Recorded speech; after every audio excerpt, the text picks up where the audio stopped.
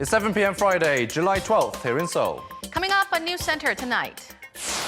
South Korea proposes international probe into Japan's claims that South Korea violated UN sanctions by giving sensitive supplies to North Korea, once again urging Japan to withdraw its export curbs against the nation. South Korean and Japanese officials hold tense talks in Tokyo over Japan's export curbs. Japanese officials stress that the talks are not a bilateral consultation, but a unilateral briefing session of Japan, providing unwelcoming conditions for their visiting Korean counterparts. Next year's minimum wage in South Korea will rise by less than 3%, far less than the past 2 years. Businesses say it's unavoidable because of the state of the economy, but low-income workers want more. And this year's FINA World Championships gets underway in Gwangju with a record number of world-class swimmers seeking glory at the world's largest aquatics competition. NEWSCENTER begins now.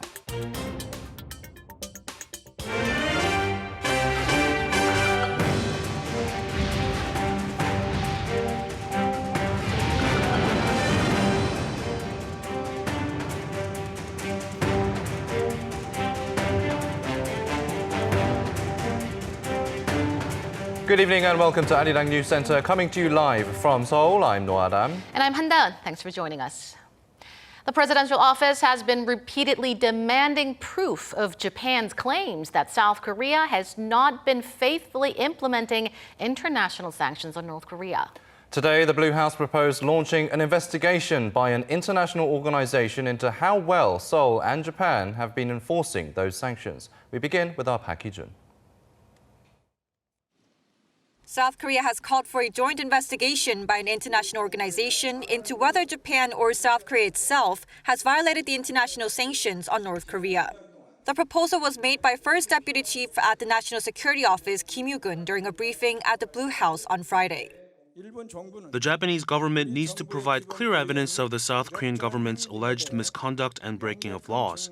To end this unnecessary dispute and clarify the truth of Japan's claims or lack thereof, our government proposes that the two countries request a fair investigation of each country's export control violations by an expert panel at the UN Security Council or another relevant international organization. This comes after a series of allegations by Japanese officials that South Korea cannot be trusted to faithfully implement North Korea's sanctions. Japanese media have also reported that Seoul has been allowing strategic materials into the north, materials that can be used to develop its weapons program. Kim expressed deep regret over those claims and their lack of proof, and made clear that Seoul has been fully enforcing the UN sanctions and other major export control regimes. He said that Tokyo should ask itself whether it has done the same. To back his claims, he pointed out that over the past 4 years, South Korea caught and revealed more than 150 attempts to illegally ship out such materials. If the joint investigation reveals that South Korea was wrongly accused, Kim demanded that Japan apologize and stop its export restrictions immediately. If our government is found to be at fault, we will apologize and correct our mistakes immediately. But if it's discovered that our government has done no wrong, the Japanese government will have to apologize to us and withdraw the retaliatory export restrictions right away. With this, the top office has officially responded to Japan's claims about North Korea's sanctions, claims that suddenly changed the subject from the forced labor dispute. The proposal has been made, and now the South Korean government waits for an answer. Park Hee-jun, Arirang News. First, working-level talks between South Korea and Japan took place in Tokyo today over Japan's export curbs on high-tech materials to Seoul. We connect to our business correspondent Kim Hae-sung on the line for more. Hae-sung, what was the agenda and how did the meeting go? The meeting kicked off at 2 p.m. at Tokyo's Ministry of Economy, Trade and Industry. Like you said, this was in fact the first meeting between South Korean officials and Japanese officials since Tokyo's trade restrictions went into effect last week. 2 working-level officials from Seoul's Ministry of Trade, Industry and Energy and 2 from Japan's equivalent sat down for talks. But while South Korea called it a meeting, Japan played it down, saying it was a, quote, briefing session, not a formal negotiation. In fact, a sheet of paper written with words briefing session was posted on a white chalkboard in the room. Japan's chief cabinet secretary said as much as this morning that it's a briefing session to explain Japan's stance on why it imposed the trade restrictions on 3 key materials used to make chips and displays by South Korean companies. The meeting started without a handshake or a formal greeting. If you look at the footage, it's apparent that the Korean delegation was given little hospitality, ushered into a small room with garbage still on the floor and chairs piled up behind. But the meeting did take longer than expected. South Korea's Trade Ministry was supposed to hold a press briefing here in Seoul at the government complex at 4:30 p.m. But as talks lasted longer, there has been no official announcement by the ministry about what was discussed as of now. Heading into the talks, South Korea did say it will demand an explanation for the trade restrictions and evidence for Japan's allegation that South Korea illegally exported sensitive items like hydrogen fluoride, which can be used to make chemical weapons to North Korea, and call on Tokyo to withdraw the export curbs. I'll have more updates for our next newscast when further details of the talks are announced. Back to you, Dan. Thank you, Haesung. Keep us posted throughout this evening. Washington is reportedly open to 3-way talks with Korea and Japan over Tokyo's export curbs in hopes of keeping its allies in good standing with one another. While the U.S. could be willing to mediate in the trade spat, there is no word yet from Tokyo. Shin Se-min has the details. Seoul's presidential national security advisor says Washington is eager to have high-level trilateral talks with South Korea and Japan to resolve the escalating trade spat between the neighboring countries, but added there's no response coming from Tokyo. The U.S. expressed how it hopes its 2 allies can seek a constructive resolution to such issues. Congress also urged us to manage several issues, but there's no response from Japan. These comments coming shortly after the top presidential official held meetings on Thursday with the White House officials, including President Trump's acting chief of staff, Mick Mulvaney, to convey Seoul's position in the ongoing trade dispute. Kim added that the White House officials expressed hope the 2 sides can swiftly resolve the matter, as it won't do Washington any good if it rumbles on. But when asked about whether the U.S. was willing to play the role of mediator, the visiting official remained tight-lipped, only saying Congress did indicate the Trump administration is willing to help, as cooperation among 3 parties is crucial. Kim, who formerly served as Seoul's chief negotiator on trade, left for Washington Wednesday, reportedly with no return ticket reserved, indicating the length of his stay depends on the progress he makes on the Japan export curbs issue. Still to come for Kim are meetings with more U.S. officials, including Trade Representative Robert Lighthizer and Deputy National Security Advisor Charles Cooperman. Also in Washington is Kim Hee-sang, Director General for Bilateral Economic Affairs at Korea's Foreign Ministry, who updated officials from the State Department. We have thoroughly explained the problems with what Japan is doing, how that could influence U.S. and global economies, and how it could all hurt security cooperation among South Korea, the U.S. and Japan. Seoul's efforts to spell out its position to major countries will continue, with Trade Minister Yoo Myung-hee also due for a meeting with Washington's trade representative next week. Shin Se-min, Arirang News. Meanwhile, Russia has offered to supply South Korean companies with hydrogen fluoride, a material essential in making semiconductors and one of the products listed on Japan's export curbs. A Blue House official said today that Moscow made the offer to Seoul through a diplomatic channel, adding that the offer is being reviewed. The chairman of the Korea International Trade Association is known to have raised the idea when President Moon Jae-in met with South Korean business leaders 2 days ago. If the proposal is accepted, it could reduce the damage caused by Japan's restrictions. Japan's restrictions have apparently brought confusion to the Japanese businesses as well. The right-wing Japanese newspaper Sankei Shimbun on Friday cited local companies subject to the restrictions, including Stella Chemifa Corporation and Morita Chemical Industries Company, as saying they're not sure how long it'll take to get approval to send materials to Korea. Shares of Stella Chemifa are down nearly 6% so far this month. Citing analysts, the report said the impact impact of the measure might be limited for now. But in the long term, a fall in production of Samsung semiconductors, Apple and Huawei smartphones could hurt the earnings of Japanese companies. Korea's finance ministry, for the first time, pointed to Japan's new export curbs as a main reason behind possible decline in South Korea's growth, raising red flags in the nation's economy. Our Kim Da-mi has more. The latest economic data shows that South Korea's domestic consumption is gradually improving, but its exports and investment remain sluggish. That's according to the finance ministry's Green Book report for July. For the fourth straight month, it described the economy as stagnant due to Japan's new export curbs, as well as global uncertainties such as the U.S.-China trade war. This is the first time that the government pointed to Japan's latest export curbs as a threat to the country's economy. The ministry also said external conditions are worsening, using stronger language to describe headwinds facing the local economy compared to its previous report. Up until last month, the ministry had said that there were growing uncertainties in regards to external conditions. Exports in June were down more than 13% on-year, mainly due to falling chip prices and China's slowing economy. The country's outbound shipments, in fact, have fallen for 7 straight months since last December.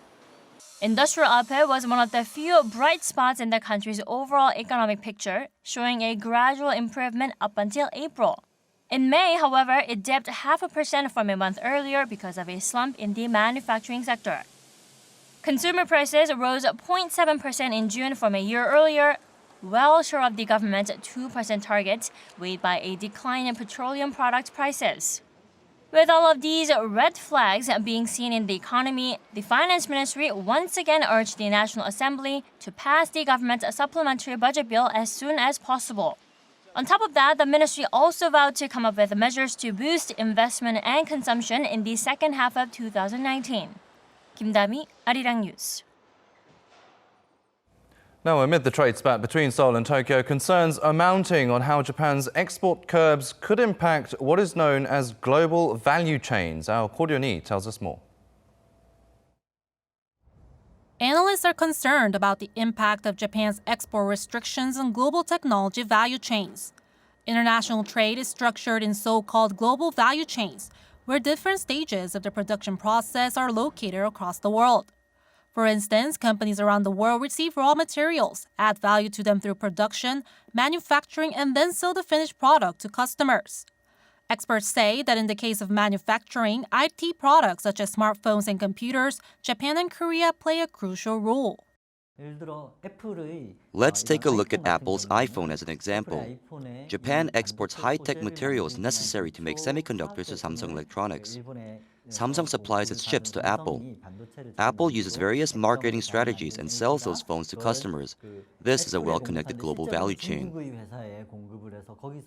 The expert added that switching players of the value chain, for instance, Korea trying to find markets other than Japan, is difficult, since firms have spent decades building their production lines. And major tech giants across the globe are currently relying on Korean firms for chip supplies. For example, data from DRAM Exchange shows that Samsung Electronics accounted for more than 40% of the global DRAM revenue market share in the fourth quarter of last year. And SK Hynix accounted for more than 30%. And it's not just the firms in the U.S. Some analysts say Tokyo's move will hurt Korea and Japan's economic growth, and that will have a spillover effect in other countries that trade with the two sides. A researcher at Korea Economic Research Institute said that if Korean companies suffer a 30% drop in semiconductor-related supplies, South Korea's annual GDP would drop by around 2.2%. Cho forecast that Japan's GDP would also edge down 0.04%.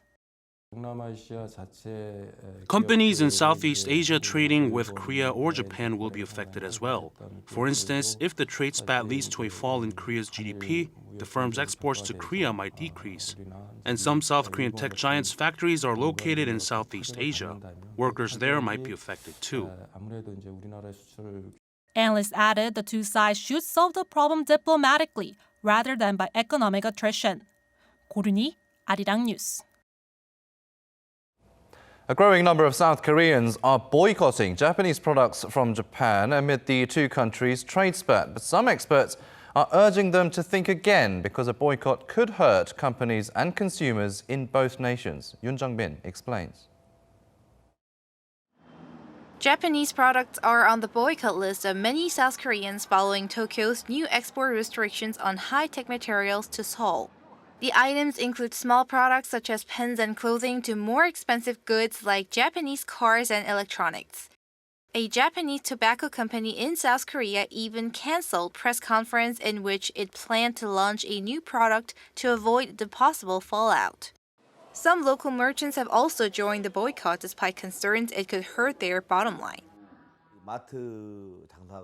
Our customers are generally regular people, including some victims of Japan's past atrocities, like forced labor or sexual slavery. The Japanese government hasn't reacted properly, so we wanted to make our voice heard. But I hope things improve and this doesn't happen again. Of course, it's going to impact our sales, but hopefully it gets resolved quickly. The political and diplomatic conflicts are expected to harm both countries' economies, and some are worried the situation could become a dangerous game of who blinks first. An expert says the two countries should settle their dispute responsibly. South Korea and Japan are tied together through history and geography. I don't think it's proper to close the door in a situation like this. We should consider our economy and future and make sure emotion doesn't cloud reason. The government should also take this into account. Many say they expect South Korea and Japan to resume dialogue to resolve the problem for companies and consumers in both countries. Yoon Jung-min, Arirang News. In other news, South Korea has decided to raise next year's minimum wage, but it's not as much of a leap compared to recent years. Businesses are breathing a sigh of relief, but low-income workers have been left frustrated. Lee Min-sun reports. South Korea's Minimum Wage Commission has set next year's minimum wage at 8,590 Korean won. That's approximately $7.30 an hour. That represents an increase of 2.9% from the current rate. It's the smallest increase since 2010 and the first time the Moon administration has not raised it by double digits, showing that wages are slowing down along with the economy. We desperately need an adjustment in speed and direction as we pursue economic and social goals.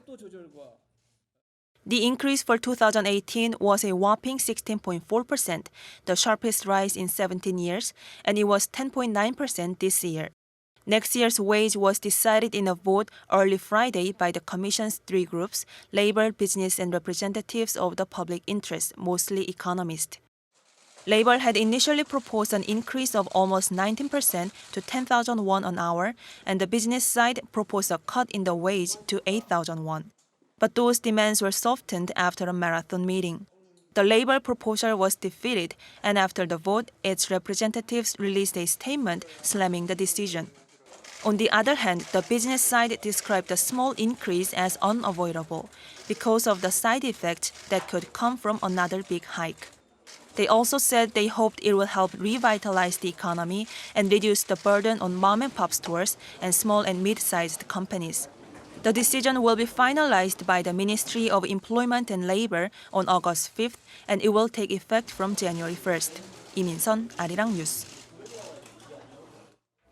President Moon Jae-in visited Muan County in Korea's southern Jeollanam-do Province earlier today. He expressed confidence that the region will pave the way for future energy thanks to its ideal environment for the construction of solar plants and wind farms. 전남은 글로벌 에너지 신산업 수도라는 이름에 걸맞게 재생에너지 발전량 전국 1위로 에너지 신산업을 이끌고 있습니다. 명실상부한 대한민국 에너지 중심지가 될 것으로 확신합니다. He also promoted the so-called blue economy, including sectors such as energy, tourism, bioscience and transport, and involving sustainable development projects. The president said the blue economy will become what he called a blue chip for the development of Jeollanam-do Province and in turn revitalize the country's overall economic growth. The president's trip to Jeollanam-do Province marks his 10th tour to Korea's regional areas aimed at boosting the country's economy at the local level. The National Assembly's Special Budget Committee has kicked off its review of the government's $5.7 billion extra budget bill. Committee members questioned cabinet members, including Prime Minister Lee Nak-yeon earlier today. Nearly $2 billion of the extra budget has been set aside to support recovery efforts after a series of natural disasters. The remainder will be used to tackle downside economic risks. The ruling Democratic Party is trying to add about $250 million to support the government's efforts to deal with Japan's export restrictions, but the opposition bloc warned of major cuts, with some of them claiming that the spending is just to win votes in next year's elections. The committee will hold another Q&A session next Monday, and after subcommittee deliberations, it aims to have the bill ready for a vote by next Friday. A wooden boat believed to be from North Korea was found off South Korea's East Sea on Friday. The Joint Chiefs of Staff said the Coast Guard found the unoccupied boat some 20 kilometers from the de facto demarcation line, the Northern Limit Line, near the northeastern town of Gosong in Jeollanam-do Province at around 10:37 a.m. today while patrolling the area. The near 10-meter-long boat did not have an engine, and some fishing nets were found inside it. The Joint Chiefs of Staff said the boat was nearly submerged when officers first spotted it. It's unclear if anybody got off the boat before authorities found it. The boat was hauled to an army unit for further investigation. A North Korean newspaper in Japan says Pyongyang is ready to take a benevolent stance if the US comes up with genuine confidence-building measures. Earlier today, Chosun Shinbo said Washington should take a realistic approach to gradually scale down tensions with the North if it cannot be achieved overnight. For the complete denuclearization of the Korean peninsula, the paper called on the US to take measures that eradicate the threat of nuclear war. Chosun Shinbo also expressed anticipation of future talks between Pyongyang and Washington, saying Kim Jong-un and Donald Trump have agreed to restart dialogue and avoid setbacks similar to the ones seen in Hanoi. The world's biggest biennial swimming competition has officially kicked off with a splash in South Korea's southwestern city of Gwangju. The opening ceremony will begin in less than an hour from now, and we have our Kan Young-woo standing by at the scene. Young-woo, what's the atmosphere there like now? Well, Dawn, it's always an exciting time when Korea is the host of a big, major international sporting event.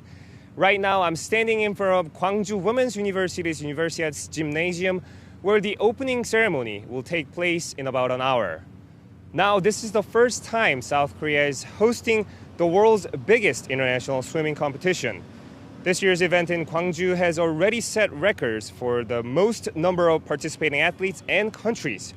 Under the slogan, Dive into Peace, the world's biggest biennial aquatic competition will run through July 28. Some 2,600 athletes from almost 200 countries are competing in this year's FINA World Championships. FINA is the French abbreviation of the International Swimming Federation. So over the course of 17 days, aquatic athletes are going to compete for a total of 76 gold medals in swimming, diving, high diving, artistic swimming, open water swimming, and water polo at 5 different venues, 4 in Gwangju and 1 in Yeosu. Just in case artistic swimming sounds unfamiliar, it used to be called synchronized swimming or underwater ballet, as some might describe. The FINA World Championships is widely recognized as one of the world's top 5 mega sporting events, along with the Summer and Winter Olympics, the FIFA World Cup, and the International Association of Athletics Federation World Championships. By hosting the World Aquatic Championships, South Korea has become the 4th country to have hosted all 5 major sporting competitions after Germany, Italy, and Japan. Now, thousands of people have gathered here in Gwangju to show their support for the swimming championship. Let's take a listen. We should actively support the athletes coming from all over the world so that they can perform at their best. For me personally, I sincerely congratulate the city of Gwangju for hosting the FINA World Championships, and I'm sending my support along with the entire nation of Korea. Gwangju is hosting such a big event, and as a Gwangju resident, I hope Korean athletes do well since the competition is taking place in their home country. Let's go, Team Korea! For the opening ceremony under the theme Fountain of Light, we'll see the participating countries' flags being brought in as the referees and athletes recite the Oath of Fair Play. That's all from me now, but we'll bring you more updates and highlights from the opening ceremony. Hyung-woo, thank you. As we just heard from Kan Hyung-woo, the 2019 FINA World Championships finally kicked off today. Some of the events are already underway, and our Won Jung-hwan now tells us more about what fans can look forward to during the 17-day competition. Around 2,600 athletes from over 190 countries will be vying for 76 gold medals in 6 disciplines from July 12th to the 28th. 2 of those 6 sporting events have already kicked off, and the competition is fierce. Preliminaries for the men's 1-meter dive have begun at Nambu University Municipal Aquatics Center, the main venue of the 2019 Gwangju Championships, showcasing some acrobatic performances. There are a total of 13 gold medals up for grabs, and China, the world's #1, is once again likely to sweep most of the medals. Besides the diving, both solo and duet technicals for artistic swimming have also begun at Yeomju Gymnasium in Gwangju. There are 10 gold medals to be won, and the defending champion, Svetlana Kolesnichenko of Russia, is the odds-on favorite to add to her tally of 13 world titles. On Saturday, 2 other disciplines, open water and water polo, will also get underway. Open water is an outdoor swimming competition that is widely known as the Marathon of Swimming. The open water discipline is the only event which will be held outside of Gwangju, namely Yeosu Expo Ocean Park, which was the site of a 2012 Global Expo in Yeosu. Another event that is due to kick off over the weekend will be only ball game in swimming, water polo.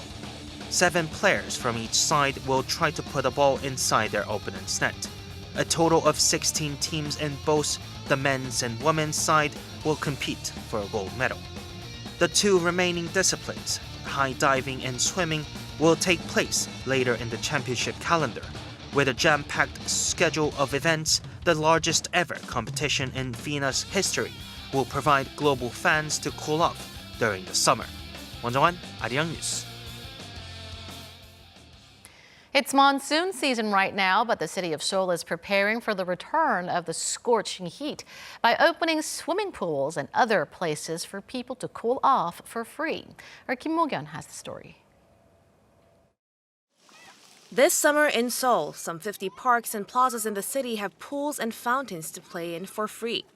Located in 17 districts, some of them are open just temporarily, but for the most part, they're open until August from around 10 a.m. to 6 p.m. every day. One of the most well-known facilities is at Borame Park in Dongjakgu District. The park has a water fountain synchronized with music and also playground equipment that shoots, sprays, and dumps water on the kids.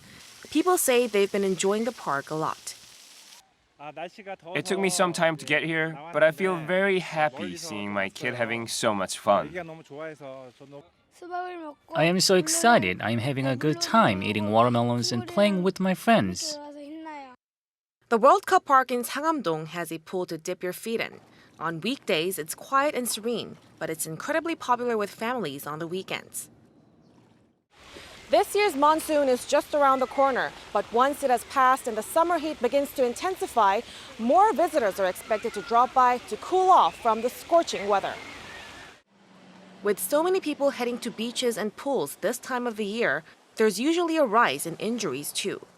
According to government data from last year, those most likely to get hurt were children under 9 years old, while the fatality rate was highest among the elderly. A researcher from the Centers for Disease Control and Prevention said there are things we need to keep in mind to stay safe. Warm up before you get in, starting with the parts of your body farthest from the heart. Also, it's not good to swim right after eating. Experts advise parents to always accompany the children when they get in the pool. At the beach, children have to wear life vests at all times and should refrain from swimming where there's a strong current. Kim Mo-kyun, Arirang News. National Assembly Speaker Moon Hee-sang says a parliamentary delegation will visit Japan by the end of this month to find a solution to the trade tensions between Seoul and Tokyo. He told reporters that there is no divide between the parties on the issue and that the delegation will deliver a resolution calling on Japan to lift its export restrictions. The National Assembly is expected to vote on the resolution next week. Moon said he also plans to send a delegation to North Korea to support the peace drive on the peninsula. He said he will closely consult with the government, expressing hopes for a positive response from Pyongyang after a formal request is made. South Korea's export and import prices fell for the first time in 5 months in June. The Bank of Korea says the export price index came to 100.95, down more than 2% from May due to the stronger local currency. The $1 exchange rate rose 0.6% on month to 1,176 won against the greenback.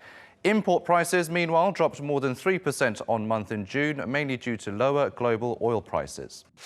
The government has approved a new app that will allow people to share a cab in Seoul. The so-called half-half taxi will allow 2 users to share the same cab between 10 p.m. and 4 a.m. in nearly half of the 25 districts in Seoul.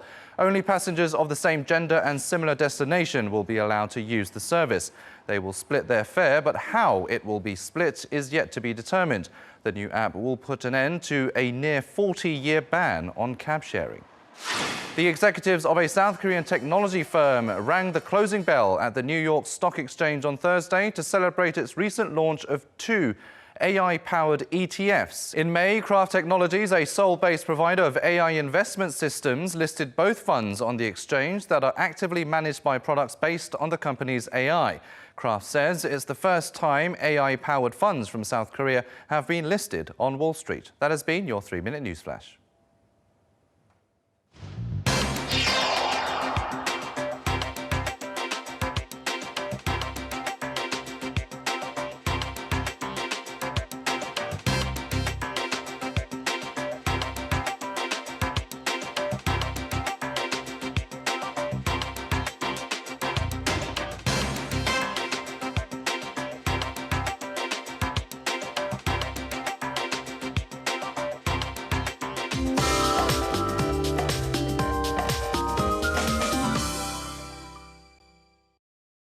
The weather conditions today were not too hot today, considering that it's Chobok in Korea. The day marks the beginning of summer's hottest days.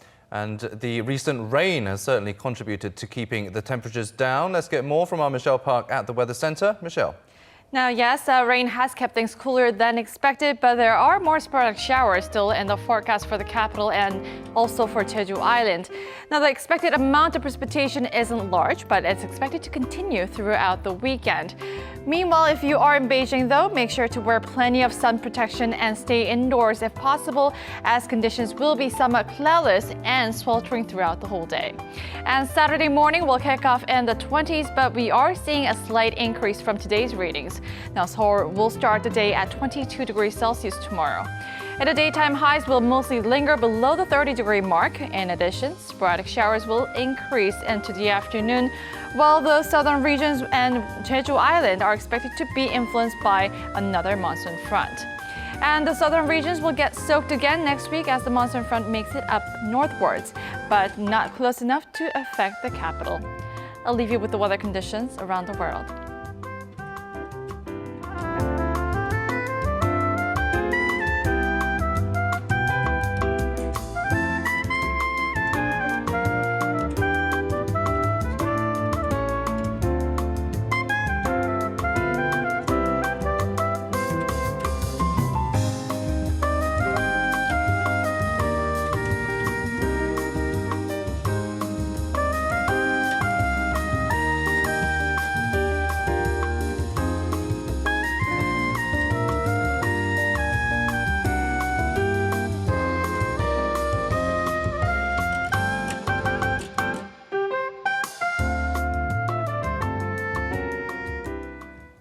That will do it for this edition of Arirang News. Thank you, as always, for watching.